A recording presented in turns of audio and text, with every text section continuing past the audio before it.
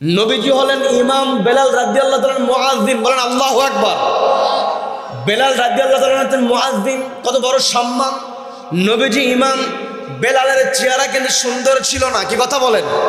তিনি ছিলেন কেন একজন গোলাম। কি আল কোরআন সম্মান দিনী ভাইরা, আল্লাহ রাব্বুল আলামিন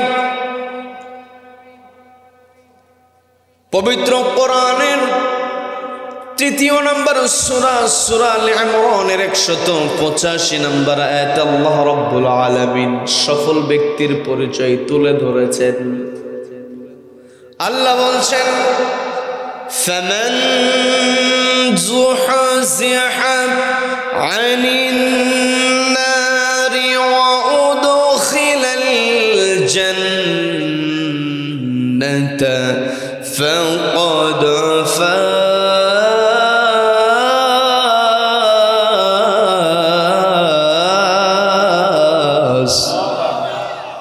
আল্লাহ বললেন, ফামান যুহজিহা আনিন নার, যেই ব্যক্তি নিজেকে জাহান্নামের আগুন থেকে দূরে সরিয়ে রাখতে পারবে, ওয়া উদখিলাল জান্নাহ, এবং জান্নাতে প্রবেশ করতে পারবে, ফাকাদ ফাজ, ওই ব্যক্তি হলো সফল।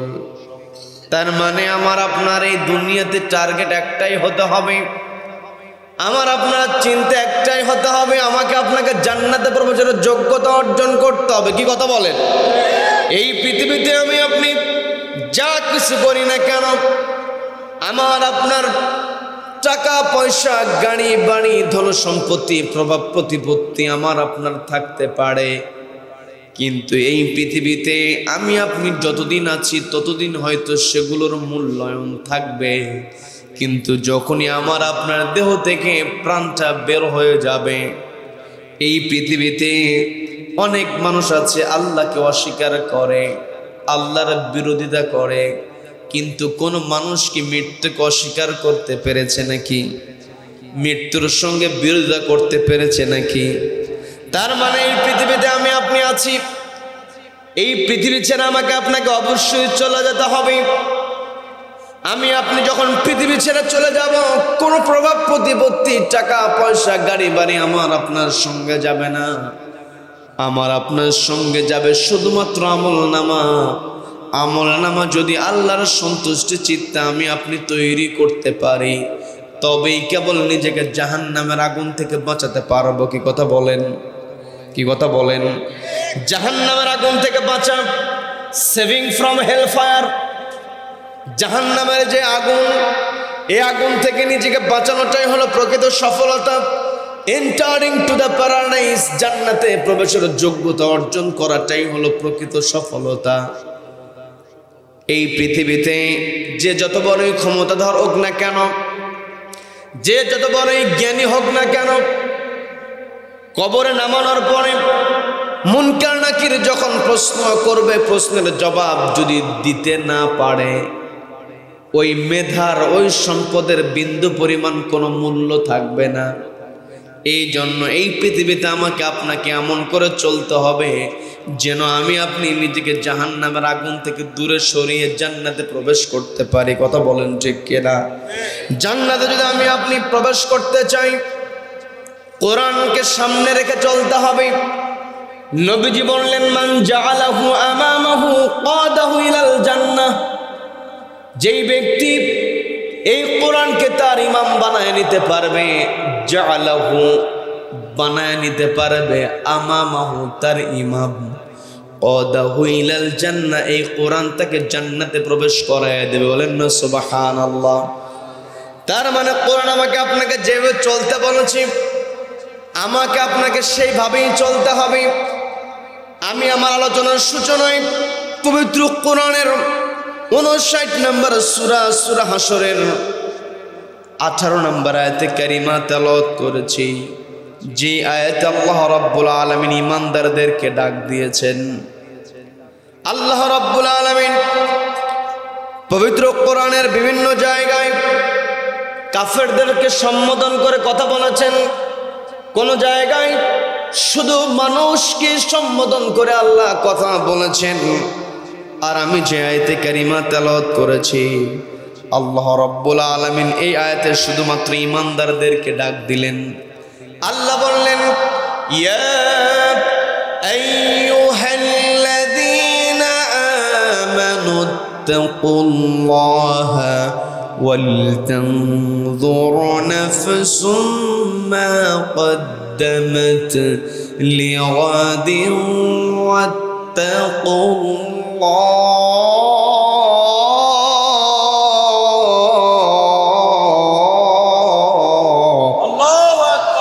আল্লাহ বলছেন, ইয়া আইয়ুহাল্লাযীনা আমানু, হে যারা ঈমান আনয়ন করেছো, ইত্তাকুল্লাহ, আমি আল্লাহ, আমাকে ভয় করো।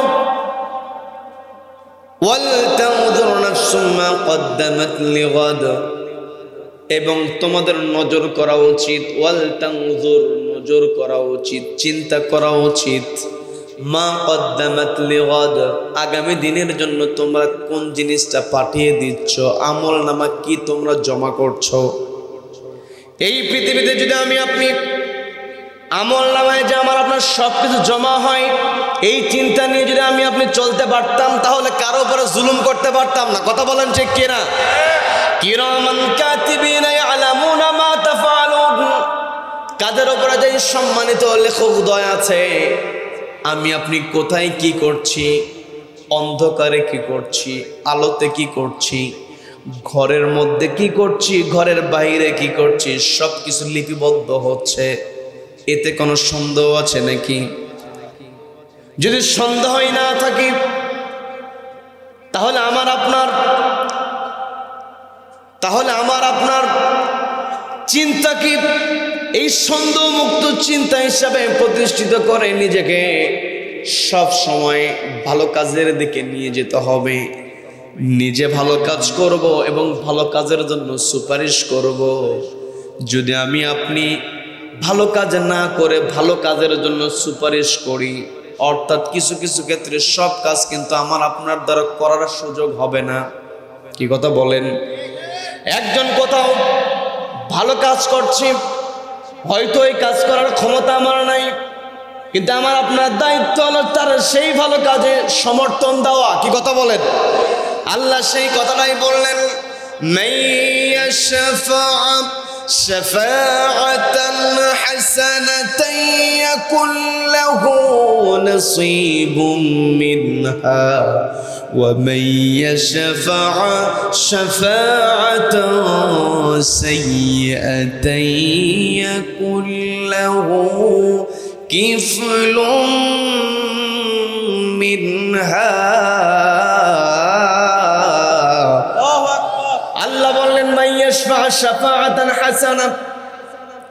যেই ব্যক্তি ভালো কাজে সুপারিশ করবে, শাফাআত করবে, যেই ব্যক্তি ভালো কাজে সুপারিশ করবে, শাফাআত শব্দের অর্থ হলো সুপারিশ করা। এই শাফাআত শব্দটা আরবি হলেও আমরা প্রায় বাংলার মতোই মনে করি, কারণ আমাদের সমাজের মধ্যে একটা কথার প্রচলন আছে, যেটাই হচ্ছে চূড়ান্ত কথা। কিয়ামতের ময়দানে নবীজি যদি আমার আপনার পক্ষে সুপারিশ না করে, আমি আপনি কিন্তু জান্নাতে প্রবেশ করতে পারবো না। কথা বলেন ঠিক কিনা? তার মানে নবীজির সুপারিশ আমার আপনার লাগবে। আমি আপনি যদি নবীজির সুপারিশ পেতে চাই, তাহলে আমাকে আপনাকে ভালো কাজ করতে হবে, অথবা ভালো কাজের সুপারিশ করতে হবে। কি কথা বলেন? ভালো কাজে সুপারিশ করবে, আল্লাহ বললেন ইয়াকুল্লাহু নাসিবুম মিনহা। সেই ব্যক্তি সরাসরি ভালো কাজ করবে না, কিন্তু ভালো কাজে সুপারিশ করা, ভালো কাজের সহযোগিতা করার জন্য আল্লাহ রাব্বুল আলামিন আমল নামে একটা সব যুক্ত করে দেন। বলেন না সুবহানাল্লাহ। আবার সঙ্গে সঙ্গে আল্লাহ এই কথাও বললেন, ওয়ামান ইয়াশফা শাফাআতান সাইয়্যা, যেই ব্যক্তি খারাপ কাজে সুপারিশ করবে, নিজে খারাপ কাজ করবে না, কিন্তু খারাপ কাজে সমর্থন দিবে, খারাপ ব্যক্তিকে সমর্থন দিবে, ভালো মানুষের দিকে যাবে না, খারাপ মানুষের পিছনে দৌড়াবে, নিজে খারাপ কাজ করবে না, কিন্তু খারাপ মানুষের পিছনে থাকার কারণে অপরাধ করবে, খারাপ মানুষ সুপারিশ করার কারণে আমল নামায় গুনাহযুক্ত। বলেন নাউযুবিল্লাহ, বলেন নাউযুবিল্লাহ। আমার কথাকে বুঝতে কষ্ট হচ্ছে নাকি? আল্লাহ বলেন ওয়াল তাউযুর নাফসুম মা কদ্দামাত লিগাদ, ও আমার বান্দারা আমাকে ভয় করো এবং তোমাদের চিন্তা করা উচিত। সত্যি যদি তোমরা আমাকে ভয় করে থাকো তাহলে তোমাদের তো চিন্তা করা উচিত মা কদ্দামাত লিগাদ, আগামী দিনের জন্য তোমরা কি জমা করছো। তার মানে এর দ্বারা আল্লাহ বুঝিয়েছেন তোমাদের চিন্তা করা উচিত তোমাদের আমল নামায় কি লিপিবদ্ধ হয়। এরপর আবার আল্লাহ বলেন ওয়াত্তাকুল লিগাদিন ওয়াত্তাকুল্লাহ, শুরুতে আল্লাহ বলেন আল্লাহকে ভয় করো, মাঝে আল্লাহ বললেন তোমরা কোন কোন কাজ করো এটার ব্যাপারে তোমাদের চিন্তা করা উচিত, ভাবনা করা উচিত। এরপরে আল্লাহ আবারও বললেন ওয়াত্তাকুল্লাহ, আল্লাহকে ভয় করো, ইন্নাল্লাহা খবীরুম বিমা তা'মালুন, তার মানে তুমি কোথায় কোন কাজ করছো সেই কাজের খবর কার কাছে আছে। আমি আপনি গোটা দুনিয়ার কেউ দেখলো না, আমি আপনি সমুদ্রের তলদেশে সাবমেরিন নিয়ে যদি আমি আপনি চলে যাই, দুনিয়ার কোন মানুষ দেখলো না। আমি আপনি যদি পানির তলদেশে গিয়ে আমি আপনি যদি সেখানে কোনো মিটিং করি, কোনো সিদ্ধান্ত গ্রহণ করি, এটারও হিসাব, এটারও রেকর্ড আল্লাহর কাছে আছে না নাই? আজকে আমি আপনি এই কথাটা ভুলে গিয়েছি। আমার আপনার চিন্তার মধ্যে এই জিনিসটা থাকে না বলে আমি আপনি আজকে সমাজের মধ্যে অন্যায় করতে পারছি, কি কথা বলেন? কিন্তু আল্লাহ বলল আমার বান্দারা আমাকে ভয় করো, আমাকে ভয় করা দরকার তোমাদের। আমাকে যদি তোমরা ভয় করতে পারো তাহলে তোমরা নজর করতে পারবে, তোমাদের আমল নামার দিকে তোমরা মনোযোগী হতে পারবে। আমি আপনি দুনিয়াতে যেখানেই যাই না কেন, যে অবস্থায় থাকি না কেন, এগুলো সব ছেড়ে আমাকে আপনাকে কবরে চলে যেতে হবে। ওই কবরটাকে সুন্দর করতে হবে। আমি আপনি দুনিয়াতে থাকার জন্য আমার ঘরের মেঝের টাইলসটা কোন ডিজাইনের হবে নিজে পছন্দ করি, আবার বন্ধু বান্ধবকে একার সাথে নিয়ে যে গিয়ে বলি দেখো তো কোন টাইলসটা নিলে ভালো হয়, বলি কি বলি না? আমার কথাকে বুঝতে কষ্ট হচ্ছে নাকি? এই যে আমি আপনি দুনিয়ার ঘর সাজানোর জন্য কত পরামর্শ, কিন্তু আখিরাতের ঘর সাজানোর ক্ষেত্রে আমরা পরামর্শ করি না। আজকে আমাদের চিন্তা করা দরকার হলো আখিরাতকে সাজানো। আমি আপনি এই আখিরাতটা আমার চূড়ান্ত জায়গা। দুনিয়াতে যদি আমি ভালো হই, দুনিয়াতে আমি যদি ন্যায়পরায়ণ হই, ওই আখিরাতটা আমার আপনার জন্য ভালো হবে। আর দুনিয়াতে আমি আপনি যদি চেয়ারে বসার জন্য পাগল হই, চেয়ারে বসার পরে যদি আল্লাহকে ভুলে যাই, ন্যায় অন্যায় বাস বিচার না করি, এই দুনিয়াতেও দিন শেষে লাঞ্ছিত হতে হবে। আবার ওই কবরে যাওয়ার পরে ফেরেশতার বাড়িও খেতে হবে। কি কথা বলেন? কি কথা বলেন? দুনিয়াতে কত দাপটওয়ালা মানুষ, কত প্রভাব প্রতিপত্তিওয়ালা মানুষ, ওই যে কারণ ছিল সম্পদশালী, প্রতিনিয়ত ওই কারণের সম্পদ মাটির নিচে ডাবছে তো ডাবছে, কিয়ামত পর্যন্ত ডাবতেই থাকবে। কি কথা বলেন? যেই কারণ এত দাপট ছিল, যেই ফেরাউন এত দাপট নিয়ে চলেছে, ফেরাউনকে বুদ্ধি দিত হামান। হামান ছিল ফেরাউনের একটা বুদ্ধির কামান। কি কথা বলেন? দেখবেন আজও দুনিয়াতে বুদ্ধি দেওয়ার মতো হামান মার্কা বুদ্ধিজীবী আছে না নেই? আছে না নেই? এই দুনিয়াতে যত বড় দাপটওয়ালাই হোক না কেন, নিমিষে আল্লাহ ভ্যানিশ করে দেন। কি কথা বলেন? ওই যে আব্রাহাম কাবাঘর ধ্বংস করতে এসেছিল, অনেক লম্বা ঘটনা, আমি সেই লম্বা ঘটনার দিকে যাব না। কাবাঘর হস্তি বাহিনী নিয়ে এসেছে, কাবাঘর ভেঙে ফেলবে। সে মানুষ কাবা ঘরে আসে, এটা ওর পছন্দ নয়। আব্রাহাস যেখানে ঘর তৈরি করেছে সেখানে সে নিয়ে যাবে। সেই জন্য সে কাবা ঘরকে ভেঙে ফেলার জন্য হস্তি বাহিনী নিয়ে হাজির হয়ে গেল। আল্লাহ রাব্বুল আলামিন ওই বিশাল হস্তি বাহিনীকে মুহূর্তের মধ্যে নাস্তানাবুদ করে দিয়েছেন। বড় কোনো শক্তি আল্লাহ সেখানে প্রেরণ করেন নাই। আবাবিল পাখি, তয়রন আবাবিল পাখি আল্লাহ পাঠিয়ে দিলেন, আরসা আল্লাহ পাঠিয়ে দিলেন। ওই পাখিদের ঠোঁটের মধ্যে ছিল মটর দানার মতো ছোট্ট ছোট্ট পাথর কুচি, পায়ের মধ্যে ছিল ছোট্ট ছোট্ট পাথর কুচি, উপর থেকে পাথর কুচিগুলো ছেড়ে দিয়েছে রব্বুল আলামিন মুহূর্তের মধ্যে চিবানো ঘাসের মতো বানিয়ে দিয়েছেন। কথা বলেন ঠিক কিনা? হস্তি বাহিনী ছিল বিশাল, কিন্তু আল্লাহ পাঠালেন একেবারে সামান্য কিছু। কি কথা বলেন? আবু জেহেল নবীজির ব্যাপারে এত ষড়যন্ত্র করেছে, নবীজিকে সব সময় ঠকানোর জন্য, নবীজিকে সব সময় অপমান করার জন্য চেষ্টা করেছে। এমনকি হুলিয়া জারি করে নবীজিকে বন্দি অবস্থায় রেখে দিয়েছে।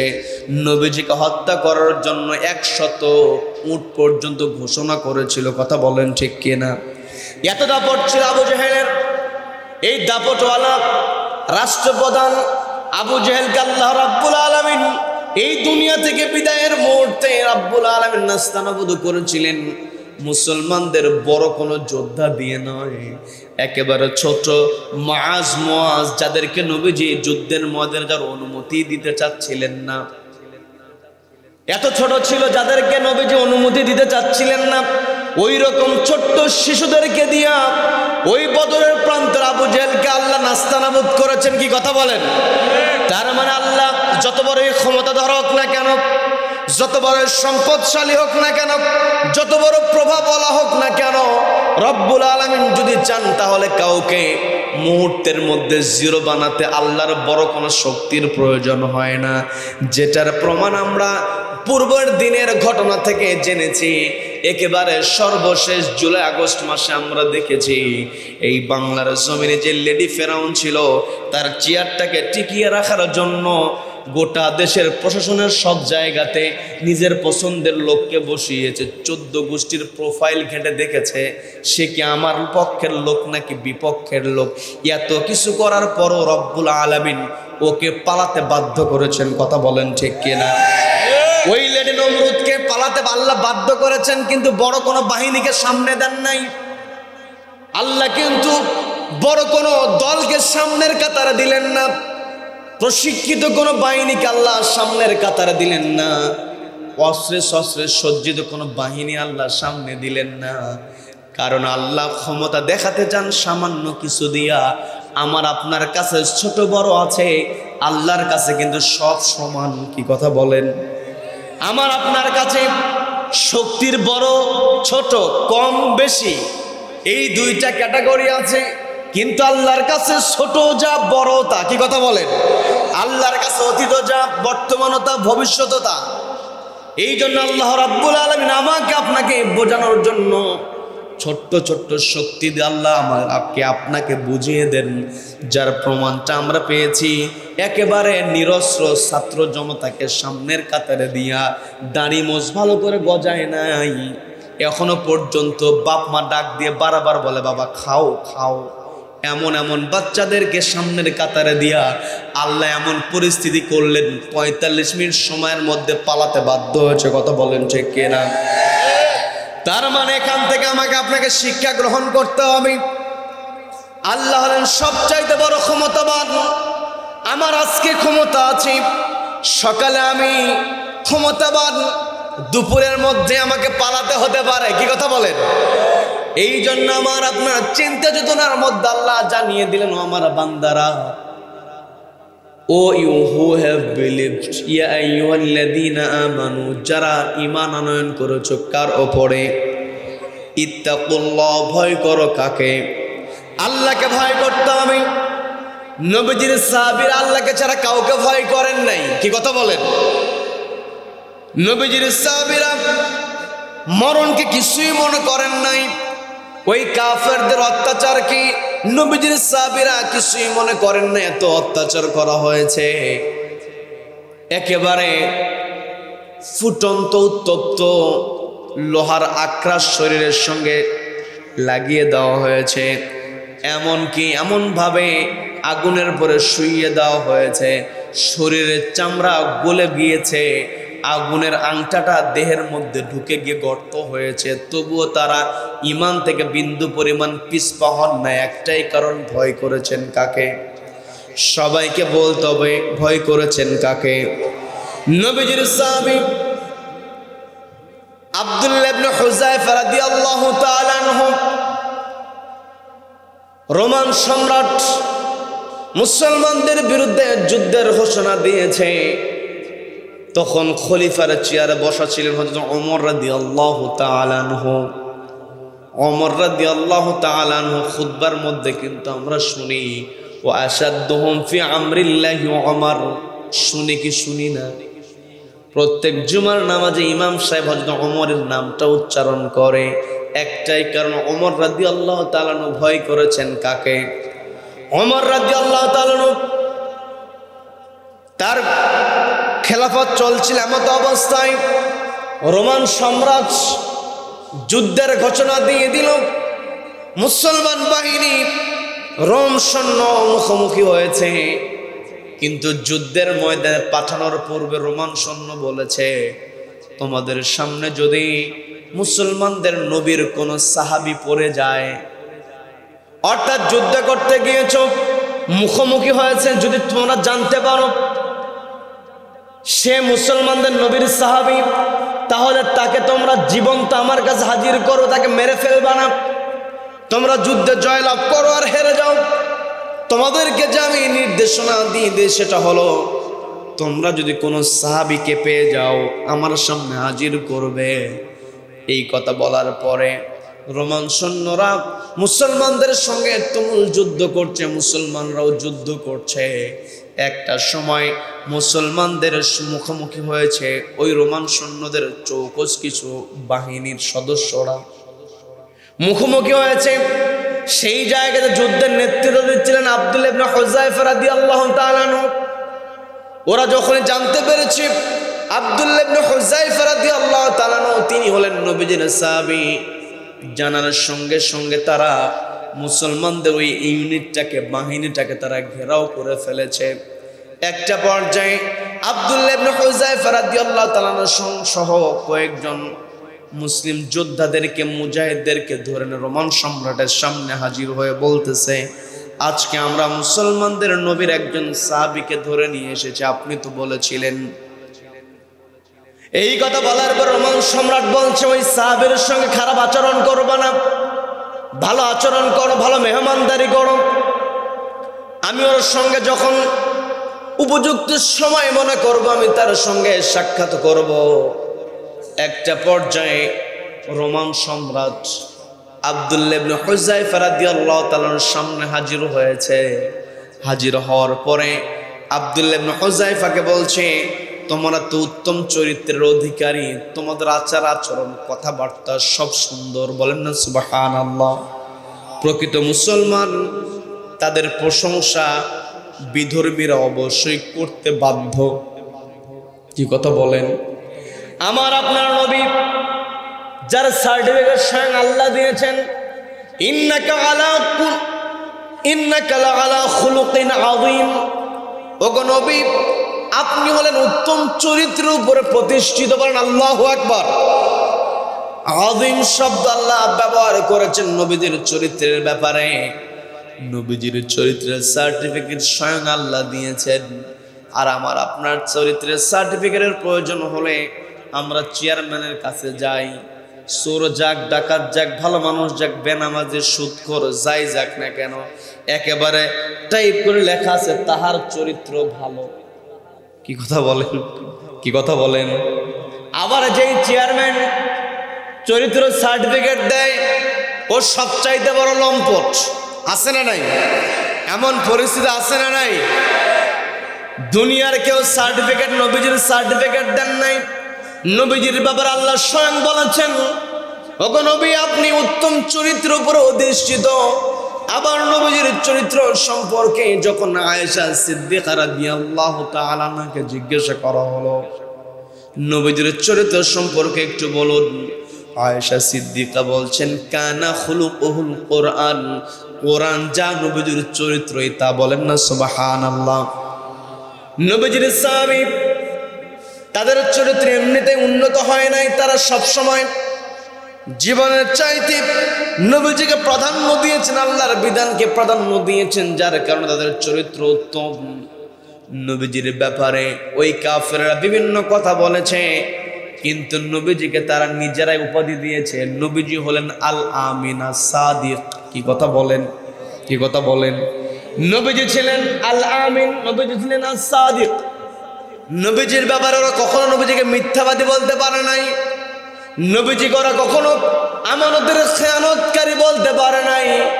আজও পৃথিবীতে যারা নবীজিকে অনুসরণ করবে তারা কখনো মিথ্যা কথা বলতে পারে না, তারা কখনো আমানতের খেয়ানত করতে পারে না। কি কথা বলেন? আমার আপনার চিন্তা হতে হবে, আমার আপনার টার্গেট হতে হবে এই পৃথিবীতে আল্লাহ যে আমাকে আপনাকে বলেছেন ওয়াল তানজুর নাফসুম মা কদ্দামাত লিগাস, আগামী দিনের জন্য তোমরা কি জমা করছো এটা নিয়ে তোমাদের চিন্তা করা উচিত, ভাবনা করা উচিত। আমরা যদি আমাদের ব্যক্তিগত জীবনে দুইটা বিষয় খেয়াল করি, আমানতদারিতা আর সত্যবাদিতা, এই দুইটা বিষয় যদি আমি আপনি খেয়াল করতে পারি, আল্লাহর হুকুম মানা আমার আপনার জন্য একেবারে সহজ হয়ে যাবে। কথা বলেন ঠিক কিনা? সম্মানিত বন্ধুগণ, নবীজির সাহাবীকে ওই রোমান সম্রাট বলছে, তোমার আচার আচরণ কথাবার্তা খুবই সুন্দর, তুমি সুন্দর কথাবার্তা বলো, তোমার আচরণ ভালো, তোমাকে আমার পছন্দ হয়েছে। আমার ঘরে কন্যা আছে, কন্যার সঙ্গে আমি তোমাকে বিয়ে দেব, তবে শর্ত হলো ইসলাম ছাড়তে হবে। বলেন নাউযু বিল্লাহ। নবীজির সাহাবী আব্দুল্লাহ ইবনে হুযায়ফা বলছেন, তুমি আমাকে কি বলছো? এই অফার তুমি আমাকে দিচ্ছ?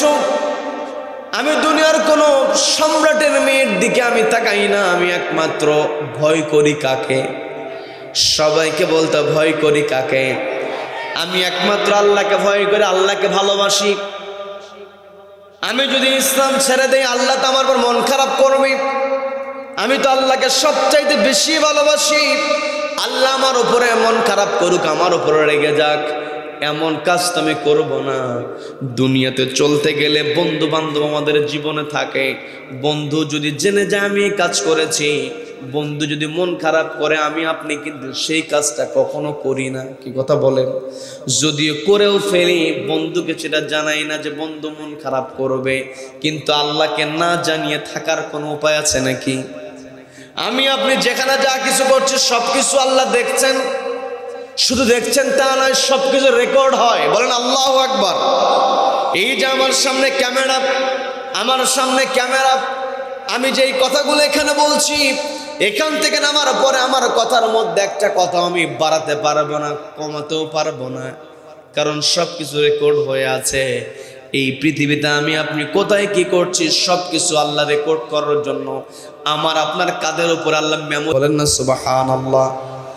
আমি আমার ভাষায় বলছি না, পবিত্র কোরআনের 17 নম্বর সূরা বনী ইসরাঈলের 13 নম্বর আয়াত আল্লাহ বলছেন, ওয়াকুল্লা ইনসানিন আলজামনাহু তায়রাহু ফি উনুকিহি ওয়া নুখরিজু লাহু ইয়াওমাল কিয়ামাতি কিতাবান ইয়ালকাহু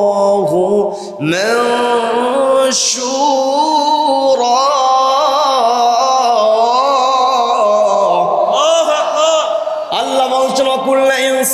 প্রত্যেকটা মানুষের ক্ষেত্রে আলজামনাহু আমি সেট করে দিয়েছি তায়রাহু তার আমলনামা ফি উনুকিহি তার কাঁধের উপরে, ওয়া নুখরিজু লাহু আমি তার জন্য আমলনামাটাকে খারিজ করব, বের করব ইয়াউমাল কিয়ামা কিয়ামতের ময়দানে।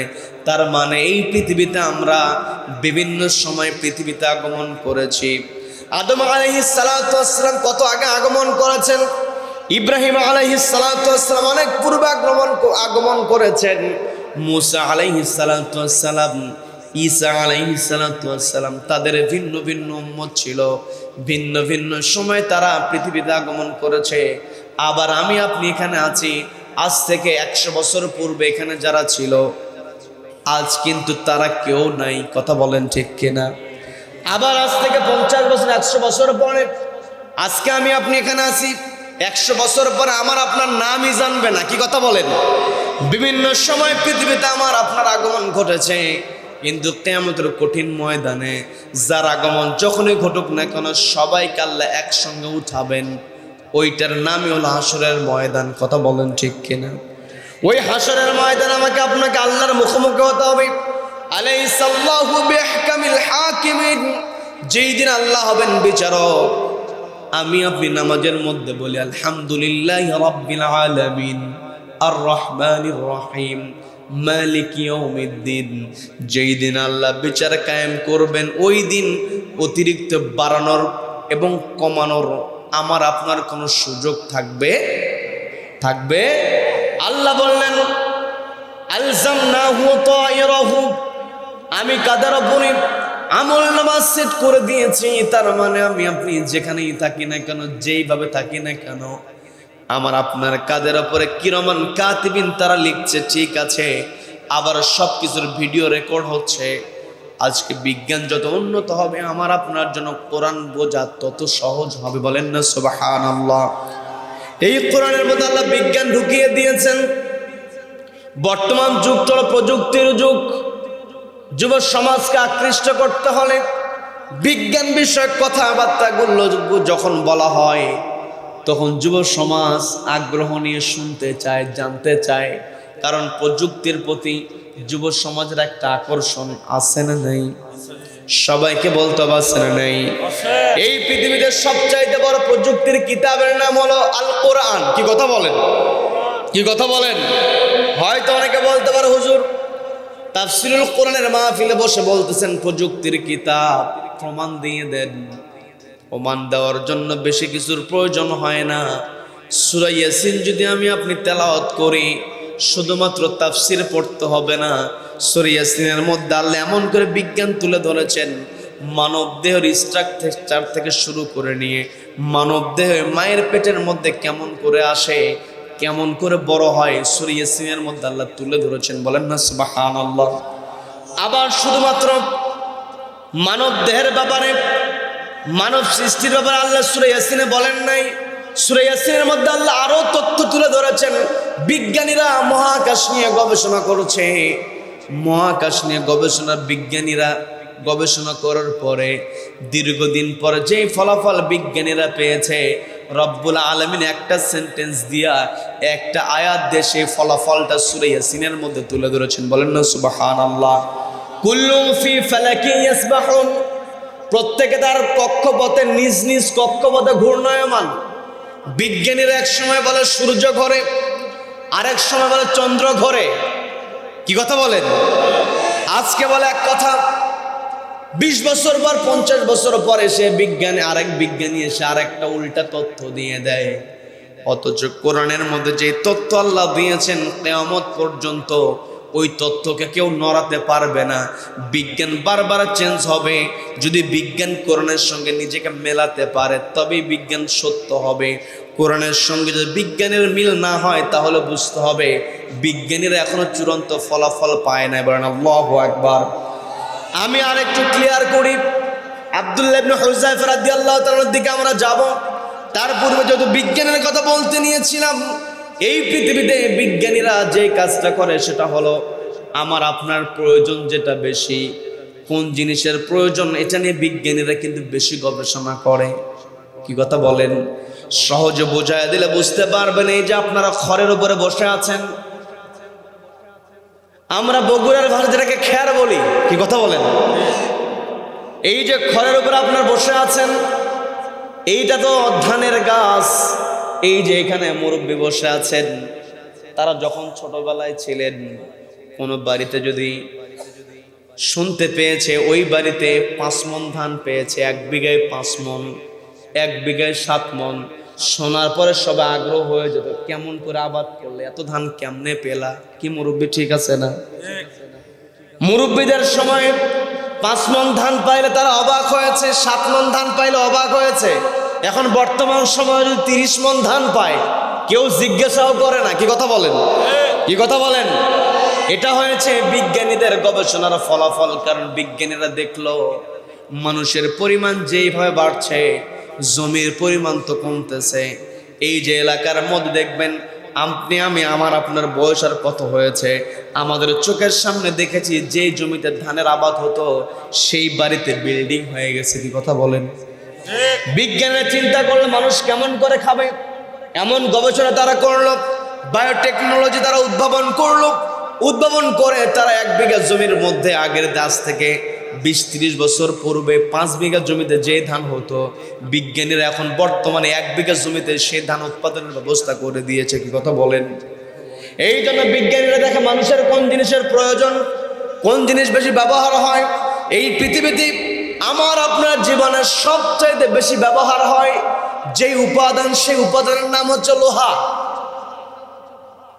লোহা ছাড়া আমি আপনি 1 সেকেন্ড লোহার বাইরে আমি আপনি যেতে পারবো না। লোহা ছাড়া বাঁচার কোনো উপায় নাই। এই যে আমি সোফার উপরে বসে আছি, এই সোফাতে কাঠ যেখানে আছে সেখানে লোহার পেরে গেছে না নেই?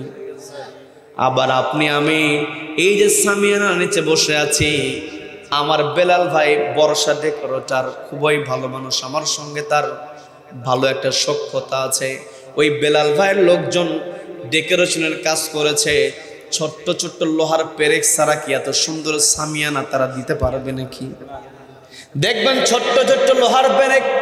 আবার আমি যেখানে কথা বলছি, আমার কথার সাউন্ড বহু দূর পর্যন্ত যাচ্ছে, রাতের বেলা আরো বেশি দূরে চলে যায়।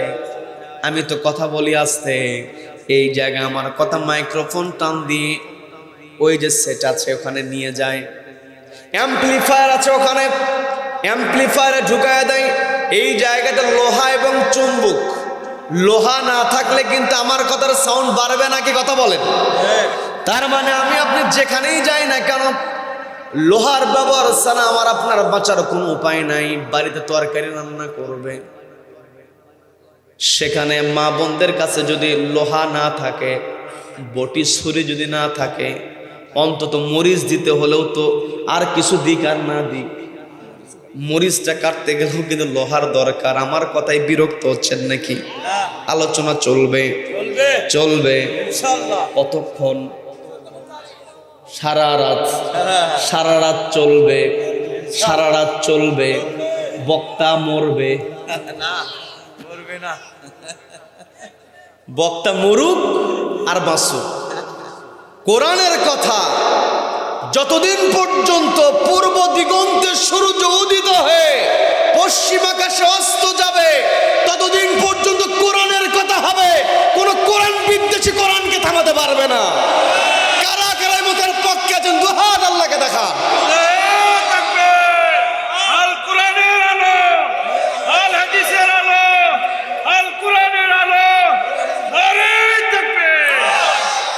আল্লাহ আমাদের সকলকে কবুল করেন, বলে না আমিন, বলে না আমিন। সম্মানিত দিনী ভাইয়ের, আমি যে কথা বলতে নিয়েছিলাম, লোহা ছাড়া আমাদের বাঁচার কোনো উপায় নেই, লোহা লাগবেই। বিজ্ঞানীরা চিন্তা করলো লোহা কেমন করে তৈরি করা যায়। ওই মাটির নিচ থেকে, আখরিক থেকে লোহা, মাটির নিচ থেকে। আমার কথা বিরক্ত হচ্ছেন? ওইদিকে কোনো সমস্যা? যুবকেরা এক জায়গায় বসলে একটু কথাবার্তা বলে। যুবক ভাইদেরকে বলছি একটু মনোযোগী হন, তাবারক রেডি আছে, সমস্যা নেই। হ্যাঁ আচ্ছা, আমাদের সকলকে আল্লাহ কবুল করেন, বলে না আমিন, বলে না আমিন। তার মানে বিজ্ঞানীরা দেখলো মাটির নিচ থেকে, আখরিক থেকে লোহা উঠানোর পর এটা রিফাইনারিং প্রসেসিং এর মধ্যে যেতে অনেক কষ্ট। লোহা কেমন করে, যদি লোহার উপাদান যদি আমরা তৈরি করতে পারি তাহলে তো সুবিধা হয়, কারণ লোহা ছাড়া তো বাঁচার উপায় নাই। এটা নিয়ে বিজ্ঞানীরা দীর্ঘদিন গবেষণা করেছে। দীর্ঘদিন গবেষণা করে ওরা 2013 সালে যে ফলাফলটা তারা ঘোষণা দিয়েছে, ওদের দীর্ঘদিনের ফলাফল শুধু এক দেশের বিজ্ঞানী নয়, পৃথিবীর সেরা সেরা বিজ্ঞানীগুলো এই লোহার উপরে গবেষণা করার জন্য তারা একত্রিত হয়েছে। তারা সিদ্ধান্ত নিয়েছে, এই যুগান্তকারী সিদ্ধান্তের মাধ্যমে আমরা কি করব, লোহা কেমন করে তৈরি হয়েছে এটা আমরা বের করব। একটা পর্যায়ে ওরা যে ফলাফলটা নিয়ে আসলো, তারা ফলাফলটা দিয়ে দিল, এই লোহা তৈরির যে উপাদান, এই উপাদান পৃথিবীতে তৈরি করতে হলে, এই উপাদানটা তৈরি করতে হলে কোটি ডিগ্রি সেন্টিগ্রেড তাপমাত্রা লাগে। বলেন আল্লাহু আকবার। তার মানে কোটি ডিগ্রি সেন্টিগ্রেড, যেখানে কোটি ডিগ্রি সেন্টিগ্রেড তাপমাত্রা উঠবে সেখানে তো পুরো একেবারে সারখার হয়ে যাবে। কি কথা বলেন? তো বিজ্ঞানীরা চিন্তা করছে এত তাপমাত্রা পৃথিবীতে তো যদি উৎপন্ন হতো তাহলে পৃথিবী তো টিকতো না, তাহলে লোহা কেমন করে তৈরি হলো? বিজ্ঞানীরা গবেষণা শুরু করে দিল। গবেষণা করতে করতে তারা যে ফলাফলটা নিয়ে দিল, ওদের ফলাফল সর্বশেষ যে ফলাফল তারা দিয়েছে 2013 সালে, ওরা ফলাফলটা দিয়ে বলছে আজ থেকে 10 থেকে 12 বিলিয়ন বছর পূর্বে, বিলিয়ন মানে 1 বিলিয়ন মানে, এই 1 বিলিয়ন মানে কত? এই বলো 1 বিলিয়ন মানে কত? 100 কোটি। 10 থেকে 12 বিলিয়ন বছর পূর্বে মানে 1000 থেকে 1200 বছর পূর্বে এই মহাকাশের মধ্যে একটা সংঘর্ষ তৈরি হয়েছে, যে সংঘর্ষের নাম বিজ্ঞানীরা দিয়েছে সুপারনোভা বিস্ফোরণ।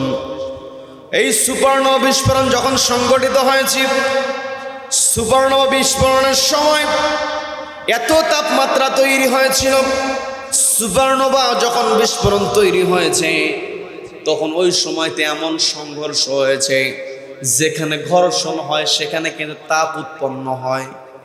কি কথা বলেন? এই পৃথিবীতে এই মহাকাশের মধ্যে আমার একটা সংঘর্ষ তৈরি হয়েছে, যেই সংঘর্ষ তৈরির কারণে সুপারনোভা বিস্ফোরণের সময় তাপমাত্রা উঠে গিয়েছিল কোটি ডিগ্রি সেন্টিগ্রেডের উপরে। বিজ্ঞানীরা চিন্তা করলো এই পৃথিবীতেও তো লোহা তৈরি হয় নাই, লোহা তৈরি হয়েছে, লোহা তৈরির উপাদান তৈরি হয়েছে আজ থেকে 10 থেকে 12 বিলিয়ন বছর পূর্বে যখন সুপারনোভা বিস্ফোরণ তৈরি হয়েছিল। ওই মহাকাশ থেকে লোহা তৈরির উপাদানগুলো পৃথিবীতে এসেছে, এরপরে এটা মাটি ভেদ করে মাটির নিচে গিয়ে আক্ষরিক আকারে জমা আছে।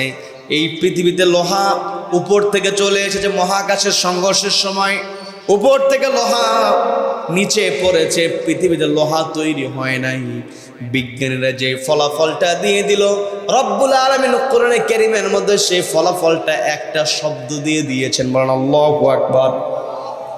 সূরা হাদীদের 27 নম্বর আয়াত আল্লাহ বলছেন وأنزلنا الحديد فيه بأس شديد ومنافع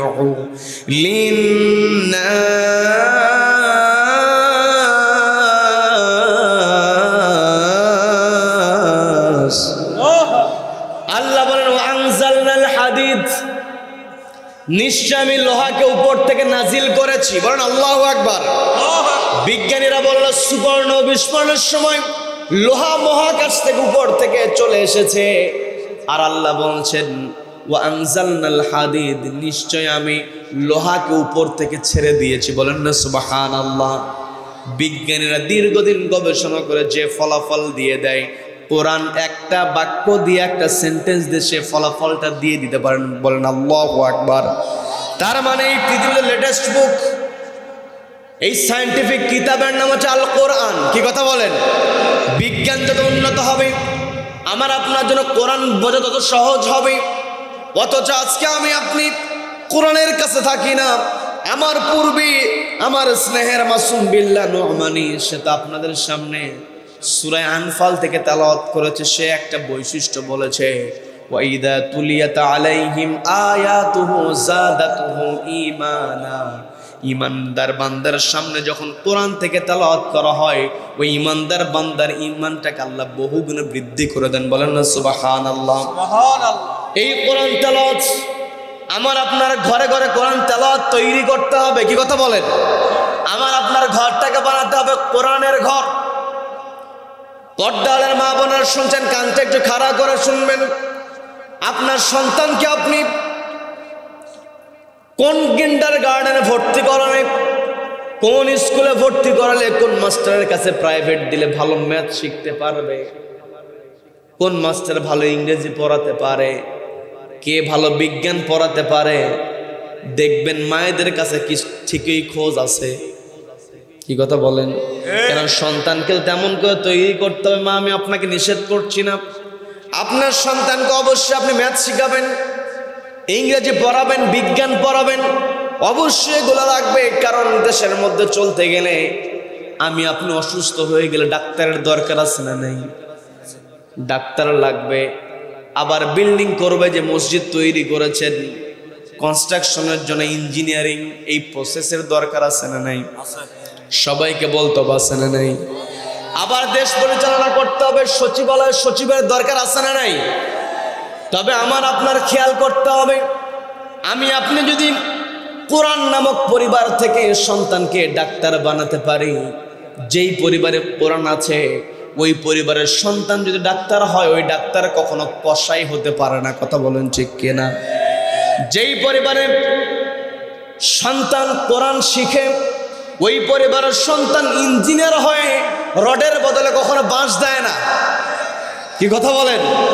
কিন্তু আমার দেশে বিল্ডিং তৈরি করতে গিয়া হয়তো যেখানে লাগবে 4 সুদ রড, সেখানে বাবা তুই 2 সুদ দে অন্তত।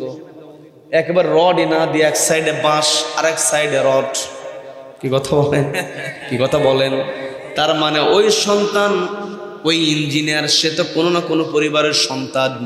ওই পরিবারে যদি কোরআনের শিক্ষা থাকতো, ওই পরিবারে যদি ইত্তাকুল্লাহ, আল্লাহর ভয় থাকতো, ওই সন্তান ইঞ্জিনিয়ার হয়ে কখনো রডের বদলে বাঁশ দিতে পারতো না। কথা বলেন ঠিক কিনা? ঠিকাদারকে দায়িত্ব দেওয়া হয়েছে, রাস্তার পিচ করে, এক পাশে পিচ দিয়া যখন ওই যে রোলার মেশিন দিয়ে যেটা দিয়ে দৌড়তে থাকে, আরেক পাশে যাওয়ার পূর্বে ওই পাশের পিচ উঠে শেষ। আছে না নাই? আছে না নাই? আবার দেখবেন ইঞ্জিনিয়াররা অনেক সময় বাধ্য হয়ে যায়, কারণ যে এলাকায় কাজ করে ওই এলাকাতে কিছু পান্ডা নেতা আছে। কথা বলেন? চাঁদাবাজি যারা করবে, সন্ত্রাসী যারা করবে, জমিনে ফাসাদ যারা তৈরি করবে, কোরআন বলে দিয়েছে ওদের 1 হাত আর 1 পা কেটে দাও। কি কথা বলেন? একটা সন্ত্রাসীর হাত আর পা কেটে দিলে বাকি সন্ত্রাসী এমনিতে আল্লাহওয়ালা। কি কথা বলেন? একটা অফিসার কলমের খোঁচা দিয়ে লক্ষ লক্ষ টাকা আত্মসাৎ করেছে। অফিসারের দোষ প্রমাণিত হওয়ার পরে ওই অফিসারের বিধানটা কি হবে কোরআন জানিয়ে দিয়েছে, ফাকতাউ আইদিয়াহুমা। যদি ওই অফিসার নারী হয় অথবা পুরুষ হয়, লক্ষ লক্ষ টাকা আত্মসাৎ করে প্রমাণ হয়েছে, ওই অফিসারের হাত যদি কেটে দেওয়া হয়, একটা জেলার এসপির হাত কেটে দাও, একটা জেলার ডিসি যদি অপরাধ করে ডিসির হাত কেটে দাও, একটা উপজেলার ইওনো যদি অন্যায় করে, ইওনো যদি কলমের খোঁচা দিয়া লক্ষ লক্ষ টাকা আত্মসাৎ করে, একটা থানার ইওনোর হাতটা কেটে দেওয়া হবে, বাকি থানার ইওনোগুলো এমনি সোজা। কথা বলেন ঠিক কিনা? একটা জেলার ডিসি অন্যায় করেছে, ওকে যদি শাস্তির আওতায় আনা যায়, ওই বাইতুল মোকাররমের সামনে অথবা হাইকোর্টের সামনে ডিসি যখন অন্যায় করবে, এসপি যখন অন্যায় করবে, ওর পরিচয় দেখা যাবে না। কারণ নবীজির সামনে বিচার নিয়ে আসা হয়েছে, বনি মাকসুম গোত্রের একজন মেয়ে চুরি করেছে। নবীজি বললেন হাতটা কেটে দাও। নবীজির নাতি ছিল, তাকে দিয়ে সুপারিশ করানো হলো। দেখো তো নবীজিকে একটু বলো তো, ভালো গোত্রের মেয়ে, সম্মানী বংশের লোক, নবীজি যদি বলতো তাহলে হয়তো তার হাতটা না কেটে একটু অন্য শাস্তির ব্যবস্থা করা হতো। নবীজি বলতেছেন কিসের প্রশ্ন আমাকে দাও। নবীজি রেগে গেলেন, চেহারা রক্তিম হয়ে গেল, লাল চেহারা হয়ে গেল। নবীজি বলছেন আমার মেয়ে ফাতেমা যদি চুরি করতো আমি তার হাত কেটে দিতাম। বলেন আল্লাহু আকবার। যত বড় ডিসি হোক না কেন, যত বড় এসপি হোক না কেন, যত বড় বিচারক হোক না কেন, চেয়ার যত বড়ই হোক না কেন, অন্যায় প্রমাণিত হবে, কোরআনের আলোকে বিচার করা হবে। একজনকে শাস্তি দিলে বাকিগুলো এমনি সোজা। কি কথা বলেন? এই কথাগুলো যখন আলেম ওলামা বলে, তখন আলেম ওলামা খারাপ হয়ে যায়। কি কথা বলেন? তোমরা যতই খারাপ বলো না কেন, দিন শেষে যাদেরকে গালিগালাজ করবে তাদেরা ঠিকই দেশের মধ্যে থাকবে, তোমরা পালাতে বাধ্য হবে। কথা বলেন ঠিক কিনা? সম্মানিত বন্ধুগণ, যে কথায় ছিলাম, নবীজির সাহাবী হুযায়ফা, আব্দুল্লাহ ইবনে হুযায়ফা রাদিয়াল্লাহু তাআলা আনহু তাকে যখন অফার দেওয়া হলো, তাকে বলা হলো তুমি যদি আমার মেয়েকে বিবাহ করো তাহলে আমি আমার রাজ্যের অর্ধেক তোমাকে ছেড়ে দেব। প্রথমে বলল তোমাকে আমি মেয়ে দিব, এরপরে বলল বিবাহ করো, খ্রিস্টান ধর্ম যদি তুমি গ্রহণ করতে পারো আমি তোমাকে আমার রাজ্যের অর্ধেক ছেড়ে দেব। আব্দুল্লাহ ইবনে হুযায়ফা রাদিয়াল্লাহু তাআলা মুচকি হাসি দিয়ে বলছেন তুমি আমাকে কিসের লোভ দেখাও? ইন্নাল্লাহা আশতারা মিনাল মুমিনিনা ওয়া আনফুসাহুম বিআন্না লাহুমুল জান্নাহ। ইন্নাল্লাহা আশতারা মিনাল মুমিনিন, নিশ্চয় আল্লাহ রাব্বুল আলামিন মুমিনের কাছ থেকে ক্রয় করে নিয়েছেন তার জান এবং মাল, বিআন্না লাহুমুল জান্নাহ, জান্নাতের বিনিময়ে। আব্দুল্লাহ ইবনে হুযায়ফা বলছেন তুমি আমাকে কিসের অফার দাও? দুনিয়ার কোনো চেয়ার, দুনিয়ার কোনো আকর্ষণীয় বস্তুর দিকে আমরা তাকাই না, আমরা একমাত্র ভয় করি কাকে? সবাইকে বলতে ভয় করি কাকে? যখন রোম সম্রাট এই প্রস্তাব দিল, প্রস্তাব দেওয়ার পরে রোম সম্রাটের প্রস্তাব যখন প্রত্যাখ্যান করা হলো, রোম সম্রাট ক্ষেপে গিয়েছে, রোম সম্রাট রেগে গিয়েছে। রোম সম্রাট বলতেছে আমি তোকে অফার দিলাম, তুই আমার অফার প্রত্যাখ্যান করিস, তোকে আর বাঁচতে দেব না, তোকে আমি হত্যা করো, ফাঁসির কাছে তোকে ঝুলিয়ে দেব। অর্ডার দিয়ে দিল আজকেই তোর ফাঁসি কার্যকর হয়ে যাবে। ফাঁসির মঞ্চ প্রস্তুত করা হয়। আব্দুল্লাহ ইবনে হুযায়ফা রাদিয়াল্লাহু তাআলা আনহু ফাঁসির মঞ্চের দিকে তাকিয়ে মুচকি মুচকি হাসেন, বলেন না সুবহানাল্লাহ। আব্দুল্লাহ ইবনে হুযায়ফা রাদিয়াল্লাহু তাআলা তার অন্তরের মধ্যে কোনো প্রকার ভয় নাই, তার চেহারার মধ্যে কোনো প্রকার ভয়ের ছাপ নাই। ওই রোম সম্রাট যতই ভয় দেখাক না কেন, যার অন্তরে আল্লাহর ভয় আছে, দুনিয়ার কোনো ক্ষমতাধরের ভয় তাকে স্পর্শই করতে পারে না। কি কথা বলেন? যখন রোম সম্রাটের মধ্যে কোনো প্রকার ভয়ের ছাপ দেখা গেল না, এই দৃশ্য দেখে রোম সম্রাট বলছে না, কেউ তো এইভাবে মারা যাবে না, একে আরো কষ্ট দিয়ে মারতে হবে। অর্ডার দেওয়া হলো বড় চুলা জ্বালাও, বড় পাতিল আনো, পানি দিয়ে দাও, পানি জ্বালতে থাকো। পানি যখন টকবগে ফুটতে লাগলো, যখন টকবগে পানি ফুটছে, ওই রোমান সম্রাট আব্দুল্লাহ ইবনে হুযায়ফাকে বলছে এখনো সময় আছে, যদি আমার মেয়েকে বিবাহ করো, ইসলাম যদি ত্যাগ করো তোমাকে ছেড়ে দেওয়া হবে, না হলে কিন্তু এই পানির মধ্যে তোমাকে ফেলে দেওয়া হবে। এই কথা বলার পরে আব্দুল্লাহ ইবনে হুযায়ফা রাদিয়াল্লাহু তাআলা আনহু তিনি একবার হাসেন, আরেকবার কেঁদে ফেলেন। একবার তিনি হাসেন, আমার কথায় বিরক্ত হচ্ছেন নাকি? বিরক্ত হচ্ছেন? একবার তিনি হাসেন, একবার তিনি কেঁদে ফেলেন। এই দৃশ্য যখন রোমান সম্রাটকে বলা হলো, রোমান সম্রাট লক্ষ্য করে দেখলো আসলে তাই, হয়তো ভয় পেয়েছে। বলছে যেহেতু তোমার চোখে পানি দেখি, তাহলে কি তুমি ইসলাম ত্যাগ করবে নাকি?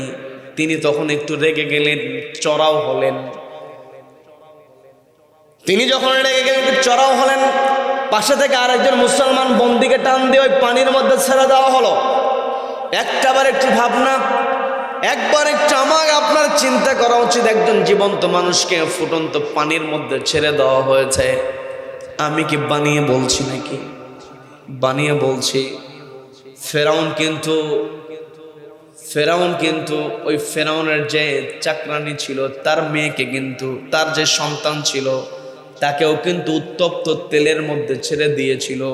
তার মানে ইমানদাররা জীবনটাকে বিসর্জন দিয়েছে, নিজের সন্তানকে তেলের মধ্যে ছেড়ে দিয়েছে, সন্তানকে রোস্ট হতে দিয়েছে, তবুও তারা ইসলাম থেকে পিছপা হয় নাই। কথা বলেন ঠিক কিনা? সম্মানিত ভাইরা, যে কথায় ছিলাম, যখন মুসলমান একজন সৈন্যকে কি করা হলো, ওই পানির মধ্যে ছেড়ে দেওয়া হলো, মুহূর্তের মধ্যেই দেহ ঝলসে গেল, দেহ থেকে গোস্ত খসে পড়ে গিয়েছে, হাড্ডি বের হয়ে গিয়েছে। আব্দুল্লাহ ইবনে হুযায়ফা রাদিয়াল্লাহু তাআলা আনহু তিনি আবারও হাসেন, আবারও কান্না করেন। তখন রোমান সম্রাট বলছে, তোমার তো ভাবে কিছুই বুঝি না, একবার কান্না করো, একবার হেসে ফেলো, আমরা একটু জানতে চাই কেন এমন করো। শুনবেন নাকি মোনাজাত দেব? শুনবেন? দেখি তো কারা কারা শুনবেন না। সবাই শুনবেন তো? যারা হাত উঠাইছে এনারা তো শোনার জন্য হাত তুলেছে। কি কথা বলেন? কি কথা বলেন? আমরা শুনবো, আমরা বসেছি কার সন্তুষ্টির জন্য? কার সন্তুষ্টির জন্য? আমরা শুনবো, কিন্তু এর পূর্বে কিছু কাজ আছে।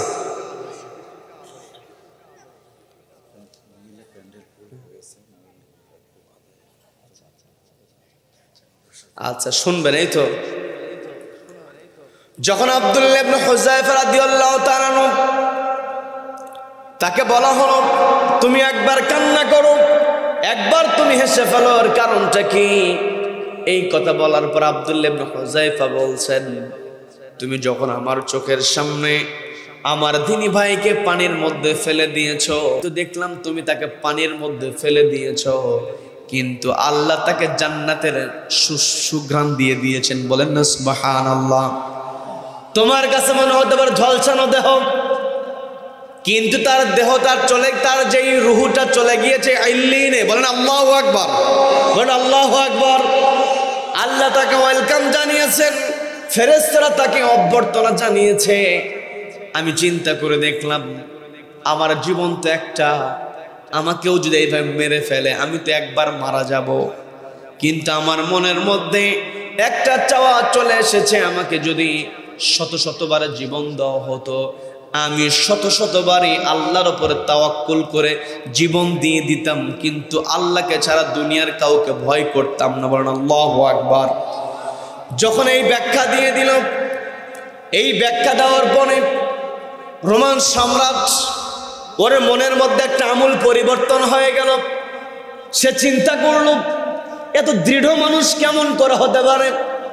আমরাও দেখেছি নবীজির সাহাবীদের মতো অত না হলেও আমরাও দেখেছি এই বাংলার জমিনে যিনি 50টি বছর তাফসীর করেছেন, দীর্ঘ 13 বছর তাকে বন্দি অবস্থায় রাখার পরও যেই দিন তাকে ইনজেকশন পুশ করে হত্যা করা হয়েছে, তার পূর্বের দিনে তাকে যখন ওই জেলখানা থেকে নিয়ে ওই হসপিটালে আনা হলো, অ্যাম্বুলেন্স থেকে নামার পরে তিনি বিন্দু পরিমাণ চেহারার মধ্যে হতাশার ছাপ দেন নাই, বরং অ্যাম্বুলেন্স থেকে নেমে সবাইকে লক্ষ্য করে তিনি সবাইকে যেই হাসিটা উপহার দিয়েছেন, কিয়ামত পর্যন্ত যারা আল্লাহকে ভয় করবে ওই কোরআনের পাখির শেষ হাসিটাই হলো তাদের জন্য অনুপ্রেরণা। কথা বলেন ঠিক কিনা?